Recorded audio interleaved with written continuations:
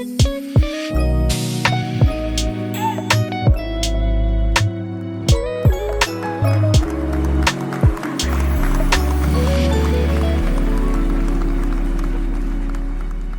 guys, my name is Dan and you're tuned in to the Greenroom, a podcast centered around all things music with a special focus on all of our homegrown talent, singers, vocalists, session musos, audio engineers, all of that good stuff. There's a place for them to tell their story, their journey and what's next for them. Up next, man, we are very, very excited to have a guest join the Greenroom. From humble beginnings in the Auckland covers gig scene to now one of New Zealand's powerhouse vocal divas, she's worked hard to release her own music and build an extensive portfolio spanning not only locally, but now internationally. Recently, she's become one of New Zealand's top content creators on TikTok as one half of Aotearoa's new music power couple, alongside the Bird Kings. Her latest single, Nobody Like You, also released last December. So in and amongst all of her busy schedule, we are very, very honoured that she made some time. The Greenroom likes to welcome my sis, Monnery. Hello, hello, hello. Wow. And the crowd went home. There's like 30 people over here behind the camera. Honestly, there's a line outside. We couldn't fit everyone in, so Now, sup sis, how you been? I'm good. Thanks for having me. You have, well, the whole year is busy pretty much for you, but especially this last few months, has it been? Summer and end of the year, last year and Christmas and all that is full steam. Had to make time for my friend, nice. man. Yeah. Then me and Alice to do massive gigs back in the day, like 100 people deep, and now weddings, few covers, few Valerie's, few rock with yous. She's gone on to do stadiums and I've gone on. Man, R&B, you just did R&B? Yes, I played R&B with Saatchi, which is crazy. I went once to R&B as a punter when I was 18, and I was like, I'm never fucking coming back here ever again until I'm on that stage. And there we go. And that was your first R&B? Second. Oh, second R&B. And with that Saatchi as well? Yes. Okay. And I've also saw, like I said, you released your latest track just in December, eh? Yeah. How was that one? I don't know if you've kept up with my socials, but I'm being very heavily pushed and influenced and kind of just thrown in the deep end by my partner, which is cool. It's releasing music and being an artist isn't really something I've ever wanted to do. I guess it's always been in the back of my head would be cool to release my own stuff, but I think in New Zealand it's a really challenging and oversaturated space anyway. So I've kind of just been in the mind frame of I'll just be a singer, all good. I'll pay the bills by singing at all the events that I'm still currently singing at. And so it wasn't until Kings and I sort of linked up and started working together that he was like, what are you doing? Do your own stuff and be your own artist. So it's been cool, but it's definitely still real uncertain territory for me, and it's still a scary and scary space. No, that's mean because I know a lot of the boys who do know him, they said he's really good, business minded with his stuff about music. So he's real switched on to it. Yeah, he does everything himself. He produces it, he mixes, masters, lyrics, everything, and content. He shoots his own videos and stuff. So to work with someone like that, who's also your partner, it's it's awesome. And thank you in advance for the plug for him to come on this. Yeah. He dropped me off because he was I know they're going to try and get me in there to sit in the seats. He was exactly right, and that's why he took over. Now the show, so I do in the future, we're going to get you on here very hopefully. Like anything, whenever we get our guests on, because it's centered around who you are as a musician or vocalist, we like to start right at the very beginning. So give us a rundown. Who was Ella and upbringing, all of that good stuff. Let us know. So I have been singing ever since I can remember. My parents love music, soul R&B music. So ever since I was a little girl, just grew up kind of listening to that music. And my dad used to call our dogs after famous singers. I had a dog called Marvin. After Marvin Gaye. It's who's calling their dogs Marvin? And then my dog now is called Luther, Luther Vandross. So my parents' love for music definitely awesome. Influenced me, which is super cool. And then I was just that classic girl that was who wants to hear a song? Who wants to dance? When my parents had friends over and stuff, or me and my cousins about, right, everyone come in 5, 6, 7, 8. I was definitely that girl. I'm still that girl, but I was that girl. And then just kind of all through primary school and that, loved music, loved singing, loved dancing. And then it was kind of when I hit teenage, when you think you're real cool and you don't want to try anymore. I was nah, singing's dumb. I don't like singing. I thought I was the man. And to be honest, I low-key got a little bit bullied at school.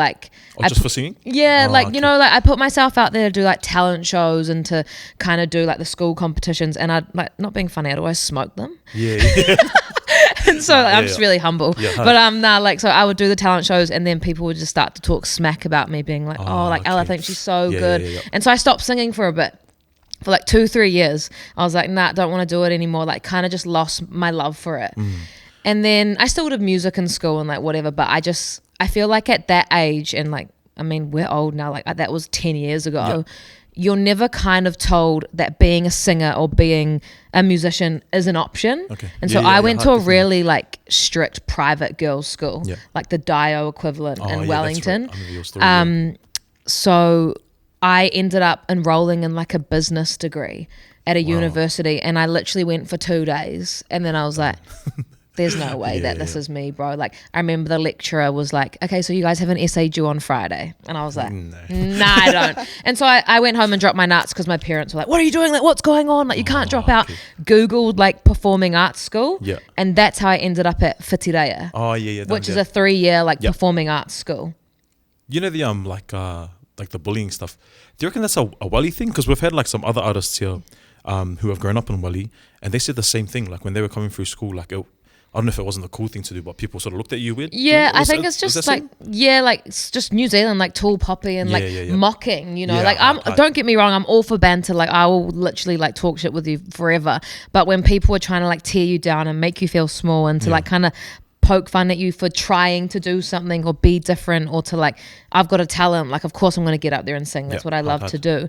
But yeah, that's interesting that other people from there had a similar experience. But yeah, sadly I think a lot of singers and a lot of artists have had to deal with bullying or just like people like making fun of them. Yeah, because one of them was Wayne. So Wayne, who's from down there, he was saying, is he Porirua? Yeah, he's from Pizza. He said that when he came up to Auckland, he said it felt a lot different. Like he felt like everyone was doing music up here. And so like a lot of people like was more acceptive of it. So I'm not too sure, but now you're like the other person who said that. So if you're in Wellington, come up to Auckland and do music. If you're in Wellington, give you a hiding.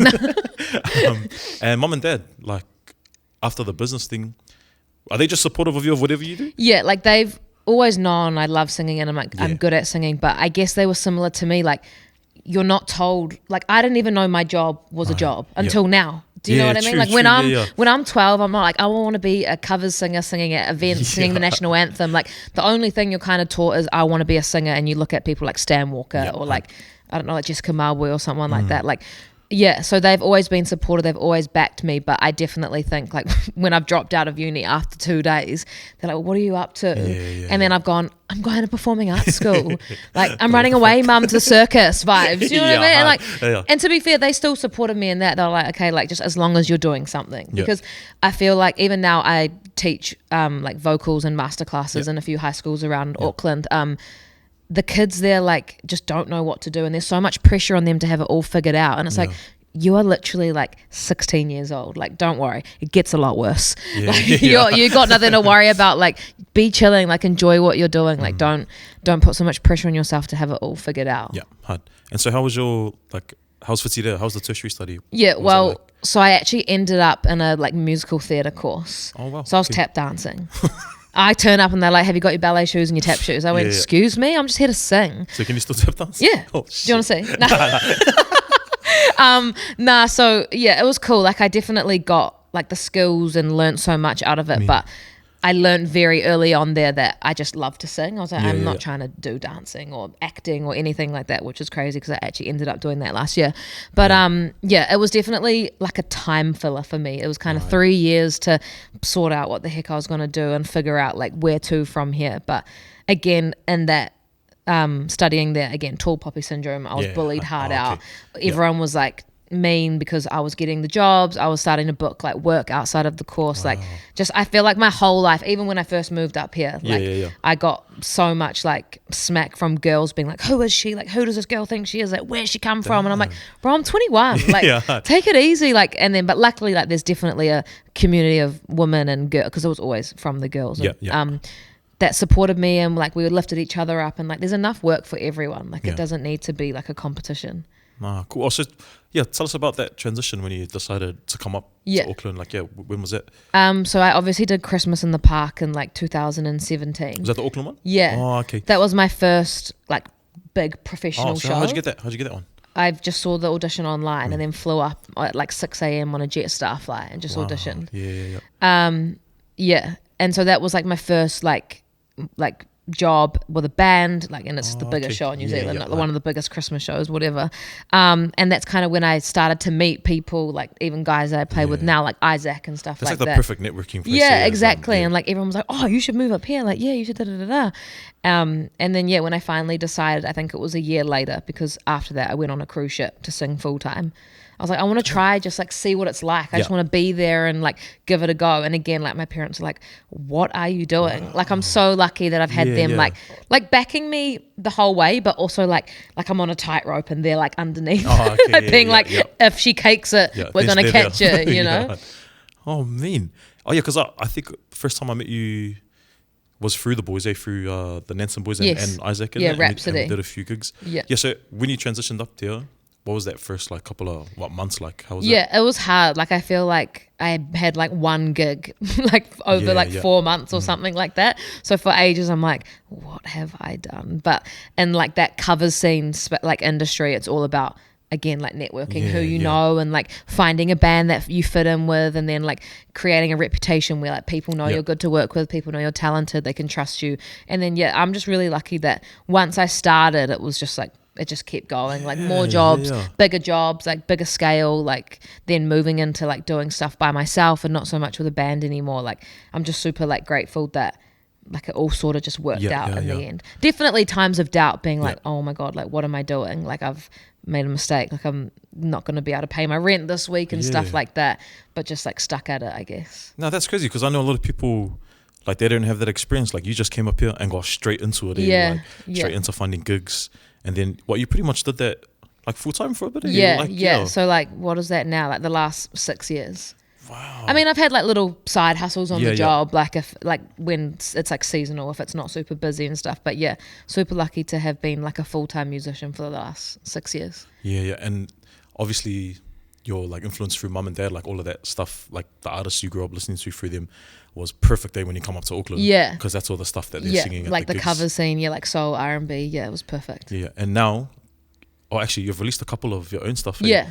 And how was that transition? Because I know for a lot of, it's quite easy up here. Like if you get stuck in the gigs, like that's you for like your life. Like cover singer. You've released like a song here and there, but like you're a cover artist. And like, because the money, it's not mean, but it's better. Yeah. Well, you know, like some artists aren't even getting paid. It's like, this one is just for exposure. And you're like, well, that's cute. Heaps of those. Yeah. So how's that transition? Was it scary thinking I'm going to do my music now? Yeah, it was definitely scary. And if anything, it's just like a change in direction. Like it's like everyone just knows me like as the voice that sings for other people, essentially, like sing for Symphony, sing for Saatchi, like sing for all these covers bands, sing the national anthem, like even the Holberg Awards the other night, like singing a cover of Celine Dion's song. Like I've always just sung other people's stuff. So now it's like, oh, like she's releasing her own music, and it's kind of daunting, like to think, are people then gonna like come with me on that transition, or they're gonna be like, oh, like nah, you're all good, sis, like, well, let us know when you're doing God Defend New Zealand. But it's definitely like an like unknown territory and like a change in direction, but hopefully people come with me. Nah, it's me now that you got like Kings helping you. How was it before that though? Like when you're you must have had some like shockers and stuff. I've worked with like a few people in the past, and it's just like just being taken advantage of and just being like sold like shitty songs and paying for stuff. Like I feel like everyone's got probably like a horror story like that. But before working with Kings, like I hated session work. Like I hated going into the studio. It's not like I don't thrive doing that. Like some people love it. Like they love being creative and they love writing. Like I'm just not like that. Like I'm like, you write it and I'll like sing, like I'll go nuts. Like I'll sing the absolute like balls off it. But I just feel like, I'm not like in a studio space, I'm like, this is amazing. Like I love this. I've got a story to tell. Like I'm just not that. So I had bad experiences in the past, but then working with Kings, like he's super fast, he's super knowledgeable and like understanding, and he's so like smart. But then also like if I have ideas or if I have different ways of singing things, he's like really open to that too. No, I think same as me, because like obviously I'm doing my own music now, but it was all covers for me. And I think the thing that like was scaring me when I was recording my own music is like you got to be perfect. Like when you're singing, like no matter how many takes you have to do, like you have to get the right one. Whereas like when you're on stage and you have the band and that, like if you muck up that thing, that's so good. You move on to the next song. The like impact of a live performance with like the lights and the band and like, I don't know, all the stuff going, like it's easily masked. Yeah. Right. When it's like just you being like, here's my art, it's like, it has to be perfect, like what you're saying. Nah, I mean, and I guess for some people who might not really like know much of your work, man, you have done some massive shows, Asus. Like right now, like I think the biggest one, I was always laugh. So my mate went on The Voice. On The Voice in Australia twice actually, so known her for like 4 years, like did heaps of these gigs, and then I saw her on TV and it said Monnery from Victoria in Melbourne. I think I said it. I was like, hey, my name's Ella and I'm from Victoria. How did that happen? How come we had to go over and do that? Like when I went on it, it was kind of when they had only just started bringing New Zealanders over there, whereas now like every second person's a New Zealander. But I think they just, for like, I guess the TV show purposes, have to say I'm from from Australia. Sorry. But But they always get people from like New Zealand to go. Yeah, like heaps of people have gone on now. Like Roland, Marley, right. Jaden, so many people. Yeah, I was just cracking up. I was like, this chick's from bloody Wellington. Faker, honestly, faker. And how was that experience though, like being on that show? Yeah, it was cool. It was definitely like mentally draining and a lot. Like at the end of the day, you're on a TV show. Yeah. It's not about your singing. It's about what your story is. It's about where you fit into their like game, their puzzle. Like they already know what songs you're singing, how far you're getting, who your coach is. Like they know everything before you even step foot on camera. So I went on it in 2020 and then COVID. So I got stuck in New Zealand. It was just Kelly Rowland being like, Ella's not here anymore. Bang. I was just like, cool, no worries. And then I went back the year after and the borders were closed. So I was essentially stuck over there. So it was a really challenging time. Like I was kind of like, oh my God, like I've just flown over to Australia for a TV show. If I get kicked off, like what am I doing? So yeah, it was mentally like really hard. And so when people ask me now, like, should I go on it? What should I do? I'm like, if you're confident in yourself and you know that this is like, use it as exposure opportunity and just to get cool videos, a few Instagram followers, maybe a blue tick, who knows? But other than that, like the show is not going to change your life. And especially not anymore. Like maybe 5-10 years ago when TV was at its prime, but no one's watching TV anymore. Like no one cares. Like you go on TikTok, you see someone singing and that's viral. Like no one's watching that anymore. But yeah, at the end of the day, that's a TV show that's made for entertainment and the contestants are being used as like the entertainment. Yeah, and now Ella's so Australian that she sings the Australian anthem at the beginning of All Blacks games. So. Well, that's because I did New Zealand the year before and they have to keep making me switch and I'm like, I ain't learning any more anthems. I've never been so nervous for the Australian one. It's not my anthem. I didn't grow up singing it. The other one we were singing in school, like every assembly. I didn't know that. Like I think I actually got like some words wrong and I was just like, oh no. I remember I was in like, where was it? I was down in Rotorua. And I was watching on TV and then I remember I sent you a message and I saw you come and I thought you were doing both anthems and I was like, oh, I mean, they got to do both. And when you just stopped after the Aussie, I was dying. I was like, this chick, man. But, Ella from Victoria. Ella. Straight Australian and a Wallaby scarf as well. So I was like, but yeah, there must be mean opportunities to do those anthems. You still take them when they come up? Yeah, for sure. And it's so nerve-wracking because it's like you're not even just singing, it's like you're leading thousands of people and people want to hear it done well. Like people don't want to hear you do too much, but they don't want it to be too boring. So again, that's like how you put your own like flavor on it and make it your own. But mine went viral. So. Yep, that's my mate. But moving up to Auckland, like because the biggest thing I like to encourage is like community in that. And I know you've come up and I think the one I wanted to talk to you about that I know everyone knows is Lavina. Yes. Lavina. So how's her like influence? Like she helped you out a lot up here? Or? Yeah, so she was in Christmas in the Park my first year and we sang a duet and like you can imagine like me 21, like little white girl, like you're singing with Lavina Williams and I was just sitting there like perfect, like no worries, big gospel song as well. But yeah, people like her and like Bella Kololo and Cherie Matheson like are just like pioneers in that kind of space and they just welcomed me with open arms, even passed on opportunities to me and like learnt so much from them. And like that's who like I would have looked up to. Do you know what I mean? Like I want to be like them, like I want to sing at events like them. And so I'm lucky enough to call them like my friends now and we catch up all the time. And like Hamo, I met Hamor like probably 6 years ago too, and like just having supportive friends that are doing the same thing as you is like so important.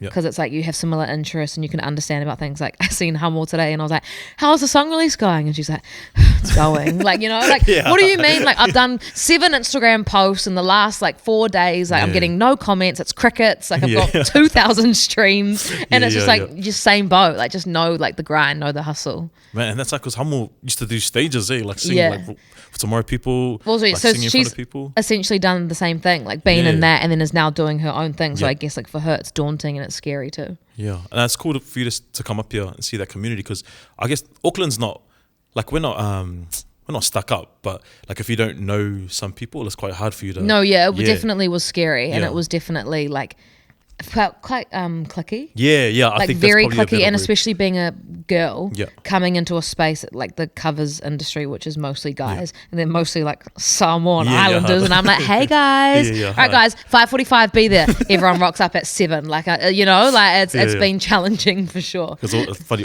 most of the bands the boys play for were like nice R&B, like some slow sections. Here come Ella's like, this is a white girl. We're doing all up funky. We're doing house. We're doing house. Which is where I met Ella doing Butterfly Kiss the song. So we're actually going to do a cover of it today. Shout out to Ross for making me sing that one. That's cool. And like since those cover stuff, man, you've gone on to do some big shows. The one I wanted to talk about, the symphony stuff, is how did that come about? Again, that was through Cherie. So another singer, she asked me if I was keen to do the show, and I started that in 2019 with Nate and like a whole bunch of Kings was actually on the first show, which is crazy. Like we did the first show together, and I feel like he probably was obsessed with me since then, and he's always loved me, but he's just too scared to tell me. But so that show. I also want to get you on to tell your story again. I don't know. No. He doesn't. One half of the story. It's just kind of grown from there. But I'm not actually singing with them anymore. Oh, when was your last one? A while ago? In November. I just need to like close a few chapters, close a few doors for new doors to open, and just kind of find new stuff. Like, I've been doing it for 6 years. It's time to like pass that on and give someone else a go.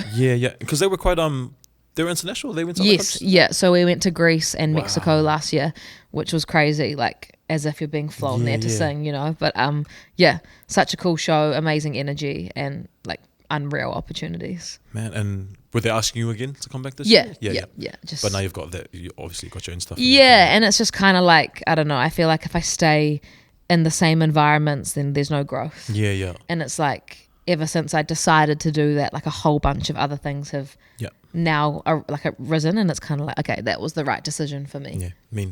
And I guess for any like other younger like females who are in your position, who maybe are down in Wally, what I wanted to talk about was like, how vital is the Christmas in the Park stuff for you? Like that definitely started my career, Christmas in the Park. Is it open auditions? Like you can just come and do it? Yeah. Okay, cool. You're meant to be in Auckland or Christchurch, but like I was from Wellington. And so just like when you see things like that, when you see opportunities, like throw yourself at them. Like I was lucky enough to be able to pay for flights, but like I literally flew up at 6 a.m, did my makeup like in a bathroom, and then got in there at 9 a.m. and started belting out like Whitney Houston. Do you know what I mean? Because I was hungry for it. Like I was 21. I was like, oh my gosh, like I'm about to graduate performing arts school. I don't know what I'm doing next, but I'm going to sing I Want to Dance with Somebody, you know? So it's just about kind of like when you see those opportunities, taking them with both hands and just kind of like running it straight.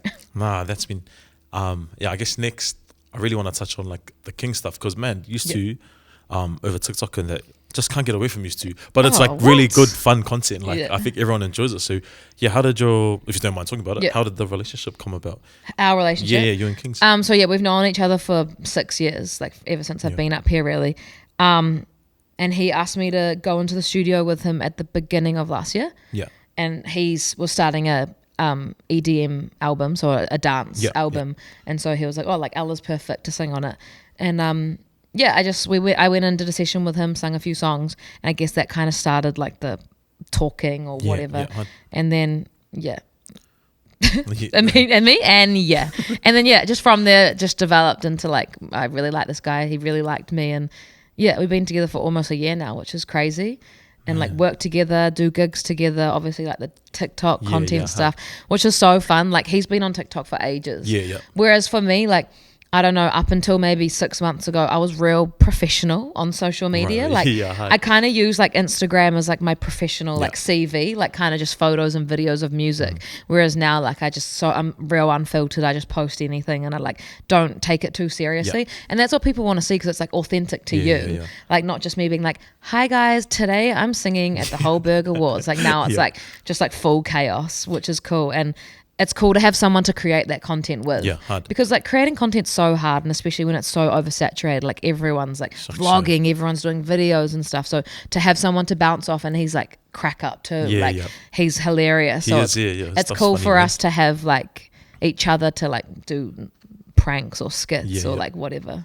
I know obviously being musicians that the music side was gonna eventuate, but like you had a connection before that, obviously, like aside from the music. Yeah, like we were always like friends and stuff, but like it wasn't anything like hanging out and stuff. And he had partners, I had partners and stuff. And then it was in the studio. He was like, "How's your partner?" I was like, "Oh no, like we broke up." Silence. Him. Yes. And then I was like, "Oh, like how's your partner?" He was like, "Nah." And then me. Oh. I was like, "Hang on, cut your hair, lose a bit of weight." And nah, sad. Nah. Cut it out. Come on here, cut it out, bro. This chick can't have all of. Nah, but like I even told him, I was like, when you cut your hair, I was like, okay. Like I've told him it's all right, and he knows it. Like he's had the biggest glow up. But he also looks like a different person every single year. So like when I told my friends like I'm dating kings, like they like go, this guy, and I'm like, yeah, but he's literally he's had the biggest glow up in the world, and he trains so hard, and he takes like so much care of himself now, and he's so like into health and fitness and stuff, which isn't what it's all about. As long as he feels great on the inside and that makes him look great on the outside, then great. And now obviously because you're musicians, like you're both working together in that capacity. And we actually have a song coming out next week. Oh, nice. I was gonna ask. I was gonna ask how long until the next song, but he's got one. We got to. I'll plug it, man. Plug it. You wanna plug it in? Watch, doesn't it? No, I do. It's called Underbodies, Monnery featuring Kings. And man, the process of film, obviously you said is real cool. Because he's got his own studio at home and everything. So he works out of his marae. Wow. It's super cool, and I won't put it all on me, but I actually redid his whole studio for him last year because that guy's giving man cave. It's giving food wrappers, it's giving coffee cups, it's giving poo, it's giving paru. So I went in there and I went, okay, this is like extreme home makeover. I've never worked so hard in my life. I was like, I really must like this man. I've lost my mind. Wow. But it's a really cool space now, and obviously he's got all of his like awards and like platinum records, all the stuff that I know nothing about and don't have. But it's like cool, you know. And he's got like the computer that he did Don't Worry About It on and stuff. Nice. It's super cool. And any other like collabs you have coming up this year, or you just working music and with Kings, or anyone else? Nah, but Kings and I are doing a few shows together. Like we've been booked to do a few like festivals and stuff together, which is cool. So we need to start actually building a show, which is like exciting and like kind of understanding how that works. But no collabs with other people, but definitely people that'd be interested or like keen to do a song with or something. But he sorts all that out. Oh, that's cool because I saw you framed your guys' first. So was that your first time on stage together? Like like as a couple. Oh, nice. That was at like a hip hop R&B night, which was cool. And does he use much like band much, or is it that more? For his next show in Homegrown, he's got a full band. Oh wow! Oh, Homegrown. Yeah. Oh, nice. I heard it's moving. Is it? Yeah. This is the last show in Wellington. Oh, okay. Yeah. Oh wow! Damn! Just before I got on. That was meant to be us. Yeah. Oh wow. It was meant to be double header. So what have you got coming up in the next couple of months? Any more? Are you still going to do all the big shows, or are you trying to take a little break for it? Yeah, definitely doing some of the big shows and kind of trying to focus on my own stuff. Yeah. So I'm playing at Ones to Watch in March, which is like a showcase by One. Oh, okay. And they kind of put forward like a few artists to like showcase them to festival bookers and stuff like that. So I'd be really keen to try and get booked for festivals as Monnery. Do you know what I mean? And so for that, it's then just about releasing more material and releasing more songs that are hopefully going to stick or get on the radio, and then building like my own 45-30 minute show. But yes, definitely when like those amazing opportunities come up to like still do that, because I definitely know there's some sort of stigma with some artists being like, oh, I don't do covers. But I'll never be like that, because that's where I came from. And it's like people want to hear covers. I'm like, if LAB and Stan Walker are doing covers, you can do covers. Cuz seriously. So would you still do like because I know there's a big like a hard time balancing when people try to do the covers and doing their own music? Yeah. You still gonna do some cover gigs like Yeah, that, a little bit here and there, but Yeah, definitely not as like Yeah, driving hard. focus as how it has been over the last few years. Like every now and then, because that sort of stuff is like for the soul. Yeah. Do you know what I mean? Like being with a band and playing like bangers and party hits for like an hour, like Yeah, that. yeah. That's fun. Yeah. And like you're not making coin, and you're not like it's not like the bank, like Yeah. breaking the bank. But it's for me, it's doing what I love, and Mm-hmm. any kind of chance to sing the songs that I love is good enough for me. Oh, that's cool, because I know most of your like the songs you've had out or with other people, they're all like quite up songs. Yeah, so EDM, electronic EDM stuff, dance music. Yeah, that's definitely like my favorite genre, like kind of like disco infused house music. Right, cool. You know, like drinking and Yeah. stuff. Shouldn't have done that. They're gonna clip it. This is why I don't come on podcasts. I start playing up. That's my mate. That's my best mate. I'm telling you. But because obviously I've done gigs with you and I've heard you sing like the R&B stuff, which I love hearing you sing. Yeah. Is there any plans to do some of that music or not yet? To be honest, I've never thought that's like my bag, and because Yeah. like I'm not naturally like super locked in with like trills and all Yeah, that yeah, kind of yeah. stuff. Like that's kind of been something that I've like had to work at, and so Kings and I've been doing like R&B covers with like guitar Okay, and stuff, and it's like a whole different style of singing for me. Yeah. Whereas I'm used to just like going nuts, like belting and stuff. But yeah, maybe one day. But for now, I'm kind of trying to like just go down that one lane of like festival parties, like house music. Man, and how's your guys merging your two styles? How's that been? I'll let you know in Oh, a few yeah, the weeks. festival's coming Honestly, up. couldn't tell you. Well, because he's got a few like electronic songs too. Yeah. So I think it'll probably be like, I don't know, me for 20 minutes, then like a crossover of a few songs, and then he can go on for an hour. Oh, no. But he's got the hits. Yeah, Seriously. he's got the jams too. So, Yeah. nah, cool. Yeah. Yeah. Well, you've already dropped some advice anyway. But is there anything else you'd like, if there's a like, young female that's in your position, like who's trying to do what you do, or like what's some other advice you'd want to give to her, him, anyone actually? Yeah. Just ignore the noise. I think like people are going to talk regardless of what you do. People are going to have opinions on you no matter what you do. Even if you're the best singer in the world, people are still going to be like, You're not immune to flat it, yeah, or pitchy, whatever.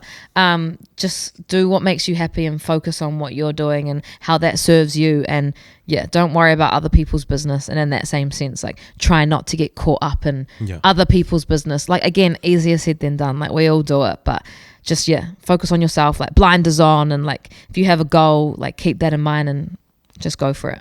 Nah, means this. Before we get out of here, I've got some two like rapid. Oh, they're not even rapid. They're just two questions for you. First one. If there's two songs you want people to listen to of your music, if no one I've only knows you, got two songs, bro. Oh, what do you mean say two it. songs? I've only got two.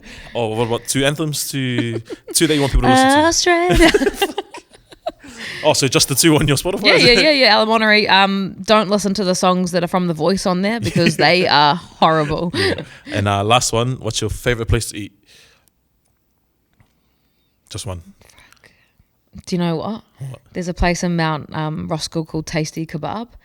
It's out the back of a really? petrol station. No cap, it is out the back All of the a... boys are naughty. Yeah, it's out the back of a petrol station, and there's two brothers in there, and straight with their hands, no gloves, no nothing, just bang, their hands are in there. And the chips, give me a bucket of those, honestly. The little salt, perfect. Shout out to Tasty Kebab. We need sponsors. So Stoddard Road. Yeah.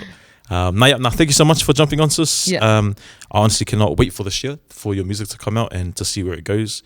I'm still yet to catch you at a festival, but I'll watch you when I'm on the same festival. So that's gotta be us soon. So shout out to my sis Monnery. Thank you for jumping on. Once again, this is the Green Room, and like I said, we need some funding, so please get some views so we can get some money. We're out of here. Let's get. See ya.